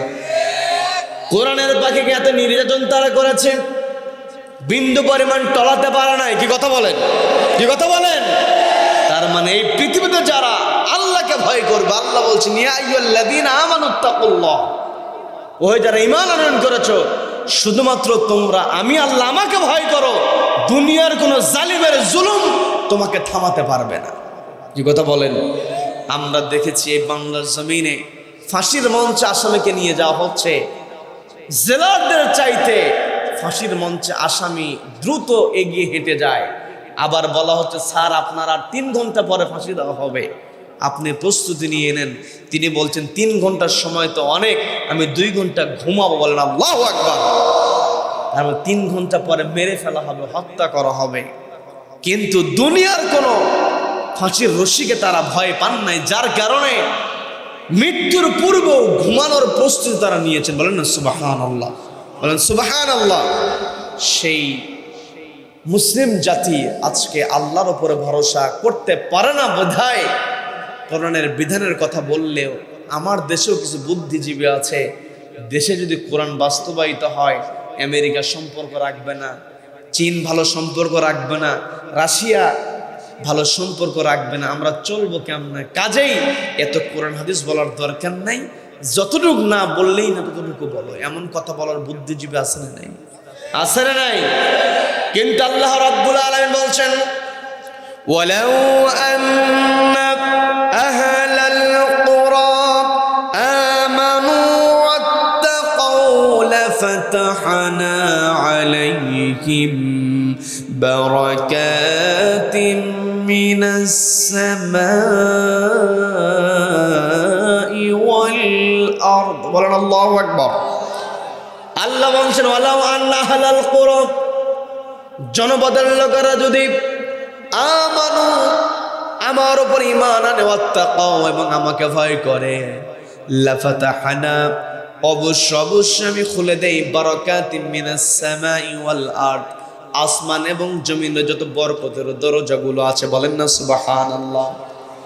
আপনাদেরকে বুঝিয়ে দিলে আপনারা বুঝতে পারবেন, এই যে যুদ্ধ বিধ্বস্ত আফগানিস্তান, এতদিন ওই আমেরিকার সৈন্যরা আফগানিস্তানের উপরে জুলুম করেছে, দেশটাকে একেবারে ধ্বংসস্তূপ বানিয়ে ফেলেছে।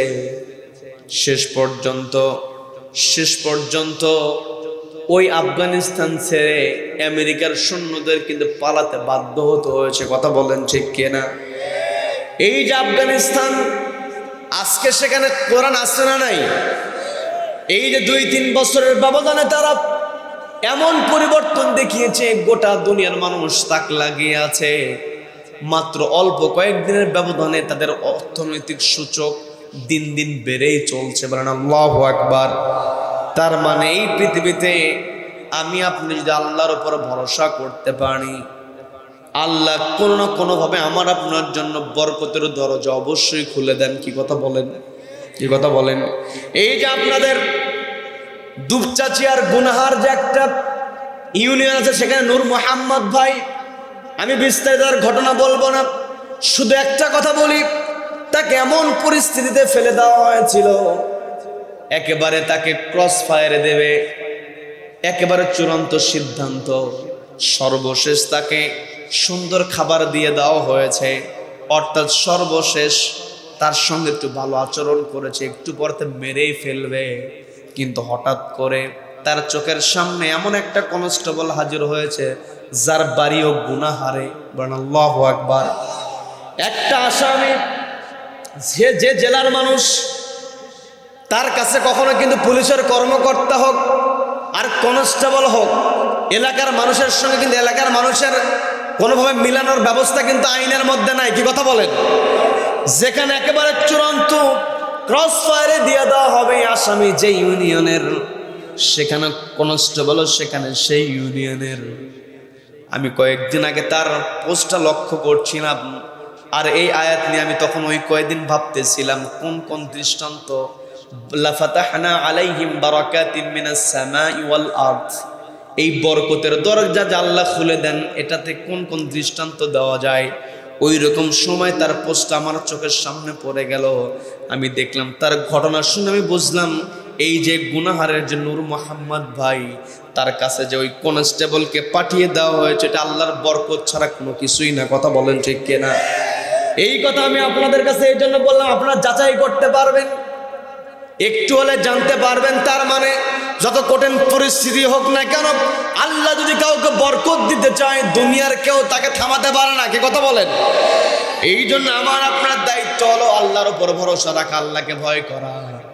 এই যত জুলুম নির্যাতন করেছে, জুলুম নির্যাতনের পরেও কিন্তু তাদেরকে কখনো থামাতে পারে নাই। যেমন নবীজির সাহাবী বেলালের ঘটনা মাসুম বললেন, নুমানি বলেছে, আমি শুধু তার ঘটনার সঙ্গে আপনাদেরকে বোঝানোর জন্য বলছি। বেলাল রাদিয়াল্লাহু তাআলার ঘটনা তো আমরা শুনি, নবীজি হলেন ইমাম, বেলাল রাদিয়াল্লাহু তাআলার মুয়াজ্জিন, বলেন আল্লাহু আকবার। বেলাল রাদিয়াল্লাহু তাআলা মুয়াজ্জিন, কত বড় সম্মান। নবীজি ইমাম, বেলালের চেহারা কিন্তু সুন্দর ছিল না। কি কথা বলেন? তিনি ছিলেন কেনা একজন গোলাম, গোলামের ঘরে গোলাম, বাবাও ছিল গোলাম, কিন্তু অন্তরটা ছিল ইন্না আকরামাকুম ইনদাল্লাহি আতকাকুম। আল্লাহ বললেন, তোমাদের ধন সম্পত্তি, টাকা পয়সা, প্রভাব প্রতিপত্তি, এগুলোর কোনো দাম আমার কাছে নাই। আমার কাছে দাম হলো ইন্না আকরামাকুম, তোমাদের সম্মান হলো আতকাকুম, তোমাদের তাকওয়া যত বেশি হবে, বলেন না সুবহানাল্লাহ। তাকওয়া যার যত বেশি, আল্লাহর উপর সে ভরসা রাখতে পারে তত বেশি। নবীজির সাহাবী আব্দুল্লাহ ইবনে হুযায়ফা রাদিয়াল্লাহু তাআলা তিনি বললেন, আমার তো জীবন একটা, আমি এই যে আমার জীবনটা ইসলামের জন্য যাচ্ছে, আল্লাহকে সন্তুষ্ট করতে গিয়ে ঈমানের জন্য আমার মরণটা হচ্ছে, এই কথা শুনে আমি আনন্দিত হই। কিন্তু আমার ভিতরে আরেকটা আফসোস জেগে যায়, একবার না হয়ে যদি শত শতবার মরতে পারতাম, প্রত্যেকটা বারে আমি আল্লাহকে ভয় করেই মরতাম। বলেন না সুবহানাল্লাহ। এই কথা বলার পরে রোমান সম্রাট সে তার চিন্তা থেকে সরে আসলো। সে বলতেছে এদেরকে মেরে আর কি হবে, এদেরকে মারবো না, তবে যারা এত দৃঢ়, যারা তাদের জবানের এমন দাম দেয়, যারা এমন সুন্দর চরিত্রের অধিকারী হতে পারে, এদের কাছ থেকে যদি আমি আমার কপালে চুম্বন এঁকে নিতে পারি তাহলে আমার জীবনটা ধন্য হবে। আব্দুল্লাহ ইবনে হুযায়ফা রাদিয়াল্লাহু তাআলাকে প্রস্তাব দেওয়া হলো, তোমাকে আমি ফুটন্ত পানির মধ্যে ছেড়ে দেব না, তোমাকে মুক্ত করে দেব, তবে শর্ত হলো আমার কপালে তোমাকে চুম্বন দিতে হবে। শেষ পর্যন্ত চুম্বন হয়েছে কি হয় নাই শুনবেন নাকি মোনাজাত? রাত তো অনেক হয়ে গেছে। মাহফিল কত তারিখের? 3 তারিখে। আজকে এখন কয় তারিখ? 4 তারিখ। হ্যাঁ, ওই হিসাব করা যাবে না নাকি? ফজরের নামাজের হিসাব করবো নাকি? হ্যাঁ, আচ্ছা আমরা সারা রাত, না আচ্ছা শোনেন, সারা রাত হলে যে খিচুড়ি রান্না হয়েছে ওটা তো নষ্ট হয়ে যাবে আবার। হ্যাঁ, আবার গরম করবেন, নষ্ট হবে না, কিন্তু খিচুড়ি যদি গরম না খান ভালো লাগবে না তো। কি কি যুবকেরা ঠিক আছে না? খাওয়া দাওয়ার পর আবার হবে, এই বছরে না আগামী বছর ইনশাআল্লাহ। আচ্ছা, তবে আমরা শুনবো যে চুমো আব্দুল্লাহ ইবনে হুযায়ফা রাদিয়াল্লাহু তাআলা তিনি দিয়েছেন কিনা। এর পূর্বে একটু কষ্ট দিব, সেটা হলো এই যে সুন্দর আয়োজন করা হয়েছে, পর্দালের মা বোনেরা শুনছেন, মা বোন ছাড়া দুনিয়ার কোনো পুরুষ টিকতে পারবে? বলে না, পারবে কি? পারবে না। কারণ আমরা যদি নবীজির জীবনের দিকেও তাকাই, সেখানেও দেখি নবী যখন কোরআনের দাওয়াত দিয়েছেন, নবীজির অনেক বিপদ হয়েছে। যেই বিপদে নবীজির পাশে একেবারে সীসা ঢালা প্রাচীরের ন্যায় শক্তভাবে দাঁড়িয়েছিলেন তার সহধর্মিণী খাদিজাতুল কুবরা রাদিয়াল্লাহু তাআলা আনহা। কি কথা বলেন? কি কথা বলেন? খাদিজাতুল কুবরা রাদিয়াল্লাহু তাআলা আনহা নবীজিকে উৎসাহ দিয়েছেন, নবীজির পাশে থেকেছেন। জীবনের কঠিন সময়ে যেই ধনাঢ্য খাদিজা রাদিয়াল্লাহু তাআলা আনহা, তাকেও কিন্তু বন্দি অবস্থায় খাবার না খেয়ে থাকতে হয়েছে, কষ্ট করতে হয়েছে শিয়া আবি তালিবের মধ্যে। নবীজির সঙ্গে থেকেছেন, একটা বারের জন্য নবীজির সঙ্গে বিরূপ কোনো মন্তব্য তিনি করেন না, বিরূপ কোনো প্রতিক্রিয়া তিনি দেখান নাই। ইসলামের যত ঘটনার দিকে আমরা যাই না কেন, নারীদের অবদানকে কোনোভাবেই আমরা খাটো করতে পারবো? পরিবারে মা যদি নামাজি হয়, দেখবেন ওই পরিবারের সন্তানকে নামাজের কথা বেশি বলতে হয় না। কি কথা বলেন? ছোটবেলা থেকেই ও মাকে দেখে নামাজ শেখে, বাবাকে দেখে নামাজ শেখে। মা আপনাকে দৃষ্টি আকর্ষণ করে বলছি, আপনি পৃথিবীর সর্বশ্রেষ্ঠ সম্পদ। আপনার সন্তানের জন্য কত মায়া আপনি করেন। সন্তানের জন্য প্রচণ্ড শীত, এই যে শীতের কালে মা যদি সন্তানকে তার বুক থেকে খাবার দিয়ে দেন, মায়ের স্তন থেকে যদি সন্তান দুধ পান করে, আর ওই সন্তানের যদি একটু ঠান্ডা লেগে যায়, বিশেষ করে শীতের দিনে, বিরক্ত হচ্ছেন আমার কথায়? শীতের দিনে মা দেখবেন বাড়িতে মেহমান, বিশেষ করে বগুড়ার মানুষ দই তো খাবেই, কমন একটা বিষয়। কি কথা বলেন? খাওয়ার শেষে দই আসছে না নাই? দই যদি খাওয়ার শেষে না দেয় বিয়েই ভেঙে যায়। কি কথা বলেন? তার মানে দই দিতেই হবে। মায়েরও খুব পছন্দ, দই খুব পছন্দ করে, কিন্তু সন্তানের লেগেছে ঠান্ডা। মায়ের মন, সবাই দই খায়, মায়ের মনটাও চায় দই খাবো, কিন্তু মা যদি দই খায়, যেই সন্তান মায়ের বুকের দুধ খায়, ওই সন্তানের ঠান্ডা লেগে যাবে। মায়ের পছন্দের হলেও মা কিন্তু সন্তানের দিকে তাকায়া নিজের পছন্দের খাবার খায় না। কথা বলেন ঠিক কিনা? তার মানে মা, আপনি সন্তানের জন্য এত কিছু করেন, সন্তানকে এত কষ্ট করে বড় করেন, এই সন্তান যদি আল্লাহকে ভয় না করে, এই সন্তানকে যদি আপনি আল্লাহর ভয়ের শিক্ষা দিতে না পারেন, তাহলে আপনার এই কষ্টগুলো বৃথা হয়ে যাবে। যেই সন্তান মায়ের কাছ থেকে শিক্ষা পাবে না, কিয়ামতের ময়দানে ওই সন্তানই বলবে, রব্বানা আরিনাল লাযাইনা আযাল্লানা মিনাল জিন্নি ওয়াল ইনসি নাজআলহুমা তাহতা আকদামিনা লিয়াকুনা মিনাল আসফালিন। ও ওই দিন ওই সন্তানই বলবে যে আল্লাহ, দুনিয়াতে আমার কই সে বাপ মা, কই সে আমার অভিভাবক যারা আমাকে তোমার ভয় শেখায় নাই, আজকে তাদের বুকের উপরে পা দিয়ে জাহান্নামে যাবো। বলেন না আউযুবিল্লাহ। তার মানে মা, আপনার সন্তানকে আপনি 3 বেলার জায়গায় 2 বেলা খাবার দেন, কষ্ট করুন, কিন্তু আপনার কাছে শর্ত হলো, আপনার কাছে আমার যেই চাওয়াটা যেটা হবে, আপনার সন্তানকে আপনি একবেলা খাবার কম দিলেও সন্তান কিয়ামতের ময়দানে খাবার কম দেওয়ার জন্য আল্লাহর কাছে অভিযোগ করবে না। কিন্তু সন্তানকে যদি আপনি আল্লাহর ভয়ের শিক্ষা না দেন, নামাজের শিক্ষা না দেন, এই সন্তান যতই আপনার ভালোবাসার হোক না কেন, ওই সন্তান ওই দিন আপনার শত্রু হয়ে যাবে। কি কথা বলেন? এই জন্য মা, আপনাকে দৃষ্টি আকর্ষণ করে বলছি, মা আপনি সচেতন হবেন, আপনি নামাজি হবেন, আপনি সত্য কথা বলবেন, আপনি আমানতদার হবেন, আপনি আল্লাহ ভীরু হবেন। আপনাকে দেখে আপনার সন্তান আল্লাহ ভীরু হবে। আপনি সত্যবাদী হলে আপনার সন্তান সত্যবাদী হবে। আপনার সন্তান যদি পরীক্ষায় ভালো রেজাল্ট করে, সন্তান যদি ক্লাসে সর্বোচ্চ মার্কস পেয়ে যায়, আপনি প্রশংসা করে কথা বলেন। আপনার সন্তান যদি মস্ত বড় অফিসার হয়ে যায়, আপনি প্রশংসা করেন, আমার ছেলে বড় অফিসার, অবশ্যই আপনি সন্তানের প্রশংসা করবেন। কিন্তু আপনার প্রশংসা হওয়া উচিত এমন যে আমার সন্তান ক্লাসে সর্বোচ্চ মার্কস পেয়েছে, কিন্তু আমার সন্তান যখন মসজিদে আজান শুনেছে, আমার সন্তানের যতই পড়াশোনার চাপ থাকুক না কেন, যত পরীক্ষাই হোক না কেন, সন্তান যখন পরীক্ষার চলাকালীন সময়েও মসজিদের মিনার থেকে আজান চলে এসেছে, আমার সন্তান তার পড়া বন্ধ করে নামাজে দাঁড়িয়ে সেজদা দিয়েছে। কাকে? কাকে? এই প্রশংসা মা আপনি যদি করতে পারেন, এই সন্তানই হবে আপনার জন্য জান্নাতের প্রবেশের ওসিলা। কি কথা বলেন? আপনার সন্তান মস্ত বড় অফিসার হয়েছে, আপনি প্রশংসা করেন, আমার ছেলে অনেক অনেক বড় অফিসার। আপনি যদি এই প্রশংসার সঙ্গে এটা যুক্ত করতে পারেন, আমার ছেলে যেই অফিসার হয়েছে, ওই চেয়ারে বসে লক্ষ লক্ষ টাকা আত্মসাৎ করার সুযোগ থাকে, লক্ষ লক্ষ টাকা ঘুষ নেওয়ার সুযোগ আছে, কিন্তু আমার সন্তানকে আমি এমন করে গড়ে তুলেছি, আমার সন্তান ওই চেয়ারে বসে 1 টাকার ঘুষ খায় না। এই কথা মা যদি আপনি বলতে পারেন, আপনার ওই সন্তানে আপনাকে জান্নাতে নিয়ে যাবে। কি কথা বলেন?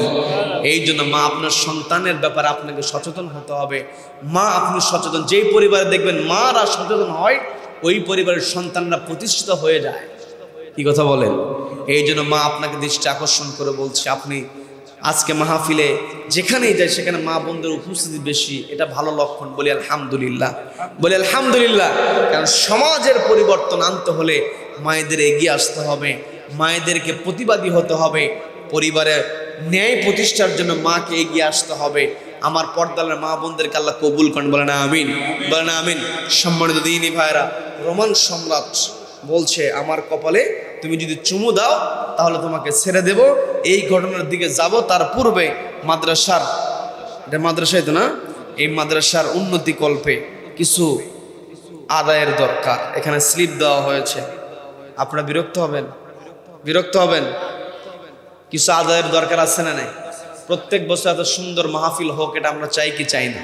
চাই কি চাই না? আচ্ছা, আগামী দিনে অর্থাৎ আপনাদের আজকে এই যে আয়োজন করা হয়েছে, মা বোনেরাও পর্দার আলোচনা শুনতে এসেছেন, আপনারাও এসেছেন। মানুষ সকালে খাইলে দুপুরে খাইতে হয়। সকালে যদি আমরা 8টা-9টার দিকে খাই, আবার দুপুরে 1টা-2টার মধ্যে আমাদের খেতে হয়। তো এখন যদি দিনের সঙ্গে তুলনা করে মোটামুটি 1টা বাজে। যারা এখানে এসেছেন 8টা-9টায় খেয়েছেন, বাড়িতে যাওয়ার পর ক্ষুধা তো অবশ্যই লাগবে, রাতের বেলা ক্ষুধা বেশি লাগে। কি কথা বলেন? তো আপনাদের খাওয়ার আয়োজন আছে, এখন আগামী বছরের খাবারের দরকার। আর আগামী বছর মাহফিল হোক, খাবারের আয়োজন হোক, এটা আমরা চাই। তো দেখি কারা কারা চাই, 2 হাতে একটু আল্লাহকে দেখাইতো দেখি। দেখেন তো কে হাত তোলে না, দেখেন তো, দেখেন দেখেন। আচ্ছা, আল্লাহ আমাদের সকলের হাতগুলোকে কবুল করেন, বলে না আমিন, বলে না আমিন। হাত নামান। আচ্ছা, আগামী বছরের জন্য একেবারে কম দিয়ে শুরু করি নাকি? আচ্ছা, চাল কত মন চাল রান্না হয়েছে আজকে? 9 মণ। আচ্ছা, এই যে একজন ভাই 100 টাকা, বলেন মারহাবা, মারহাবা। এই যে আরেকজন ভাই 100 টাকা দিয়েছেন, আল্লাহ দানগুলোকে কবুল করেন, বলে না আমিন। আপনাদের কাছে টাকা না থাকলেও এই যে আমার ভাইজান এখানে খাতা কলম নিয়ে বসেছেন, 500 টাকা হোক, 1000 টাকা হোক, 2000, 5000, যে যেমন পারেন, যার যেমন সামর্থ্য। কাছে টাকা নেই, ধান কেটেছেন, এই যে নারায়ে তাকবীর,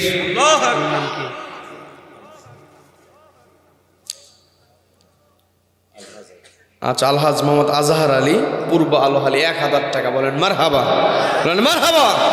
দানকে আল্লাহ কবুল করেন, বলেন আমিন, বলেন আমিন।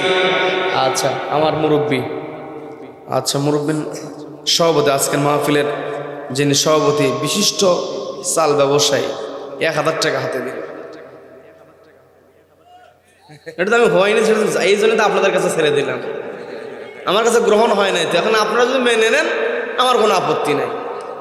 হয়নি, আচ্ছা থাক, এটা রাখতেছি না, এটা হাতেই থাকুক, হাতেই থাকুক। আচ্ছা, আরেকজন মুরব্বী 500 টাকা। বলেন মারহাবা, মারহাবা। আনোয়ার চাচা, আচ্ছা 500 টাকা। আল্লাহ দানকে কবুল করেন, বলেন আমিন, বলেন আমিন। আচ্ছা, এমন করে আরো যারা আছেন, ধান কেটেছেন, ধান বিক্রি করবেন, যে 2 মণ ধান কি 5 মণ ধান, 1 মণ ধান, যে যেমন পারেন বলেন তো একটু দেখি। সবার আগে ধান দিবেন, একজনের নাম লেখা হবে, সবার আগে নামটা লেখা হবে। বলেন নারে তাকবীর, নারে তাকবীর। সুলতান চাচা 1 মণ ধান। বলেন মারহাবা, মারহাবা। দানকে আল্লাহ কবুল করেন, বলেন আমিন। আয় রোজগার আল্লাহ বরকত দিয়ে ভরপুর করে দেন, বলেন আমিন। সুলতান চাচার মতো আর কে দিবেন বলেন? 1 মণ, 2 মণ, 3 মণ, 5 মণ, আর কেউ নেই? এতগুলো মানুষ, মুখ লুকায়েন না, একটু বলেন। আচ্ছা, ধান না দিলে সরাসরি আপনারা দিতে পারেন, টাকা দিতে পারেন, নাম লেখাতে পারেন। আগামী বছর একের হলুদ দিয়ে শুরু করবো। হলুদ মনে হয় কম লাগে, খুব বেশি লাগে না নাকি? আচ্ছা, হলুদ কে দিবেন? আগামী বছরের যত হলুদ লাগে সব দিবেন।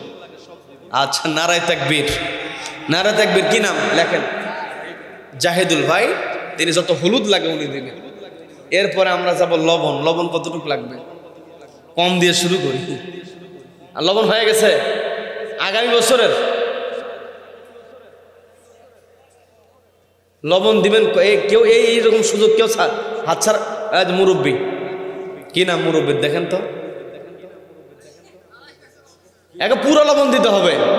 আচ্ছা, পুরো লবণে যা লবণ লাগে লেখেন, নাম লেখেন। নারে তাকবীর, নারে তাকবীর। মুরব্বীর নাম যেন কি?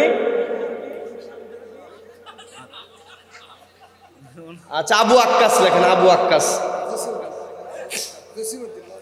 জসিমউদ্দিন লেখেন। আসলে শোনেন, আমরা কিন্তু বাংলাতে বললো অমুকের বাপ, বলে না জসিমের বাপ, তারপরে অমুকের বাপ, তালেবের বাপ, সাবিতের বাপ, বলে কি বলে না? বলে। আরবিতে এটাই হচ্ছে কি আবু তালেব, তালেবের বাপ। সন্তান হওয়ার পরে মানুষ কিন্তু নাম ধরে আর কি করে না, ডাকে না। ওই কি করে, সন্তানের নাম অনুযায়ী ডাকতে থাকে। এটা আমাদের সমাজে প্রচলন আছে, কিন্তু আমরা বুঝি না। তো আমাদের সমাজে কিন্তু এটা প্রচলন আছে। অমুকের মা, রহিমের মা, করিমের মা, আছে না এরকম প্রচলন? আছে। আচ্ছা, এরপরে তেল লাগবে। তেল, তেল, তেল বলেন যে 2 লিটার কি 5 লিটার তেল দিবেন? আচ্ছা, আচ্ছা বলেন। আচ্ছা বলেন।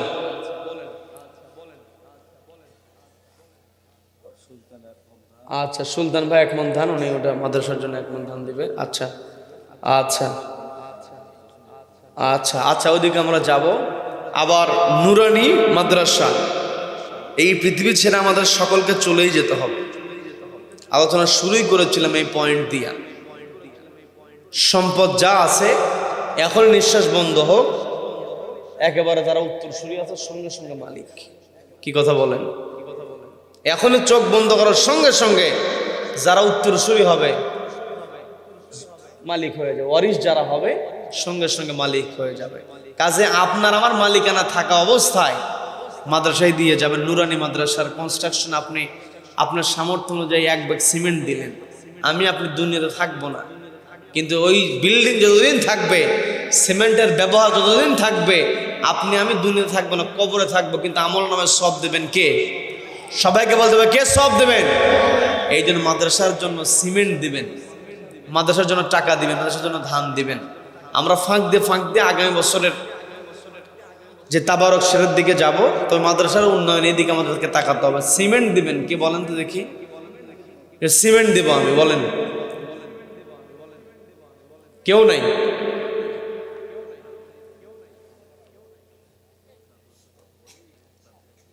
আচ্ছা বলেন, অল্প দিয়ে শুরু করেন অন্তত। নারায়ে তাকবীর, নারায়ে তাকবীর। তসলিম চাচা এক বস্তা সিমেন্ট, বলেন মারহাবা, মারহাবা। 5 বস্তা কে দিবেন দেখি তো? 5 বস্তা, একটু সাহস করে বলেন তো। 5 বস্তা, 2 বস্তা, 3 বস্তা, 4 বস্তা, অর্থাৎ দেখি 1 বস্তা তো আমার চাচা শুরু করেছে, 2 বস্তা দিবেন। 2 বস্তা। নারায়ে তাকবীর, নারায়ে তাকবীর। মোহাম্মদ ফরহাদ ভাই, যুবক মানুষ, হ্যাঁ, আল্লাহু আকবার, আল্লাহু আকবার। বাপ বেটা তাদের পরিচয় দিয়েছে, আল্লাহ তাদের দানকে কবুল করেন, বলেন আমিন, বলেন আমিন। আপনাদের তো উৎসাহ না দরকার। আচ্ছা ফরহাদ ভাই 2 বস্তা, আল্লাহ দানকে কবুল করেন, বলেন আমিন, বলেন আমিন। আচ্ছা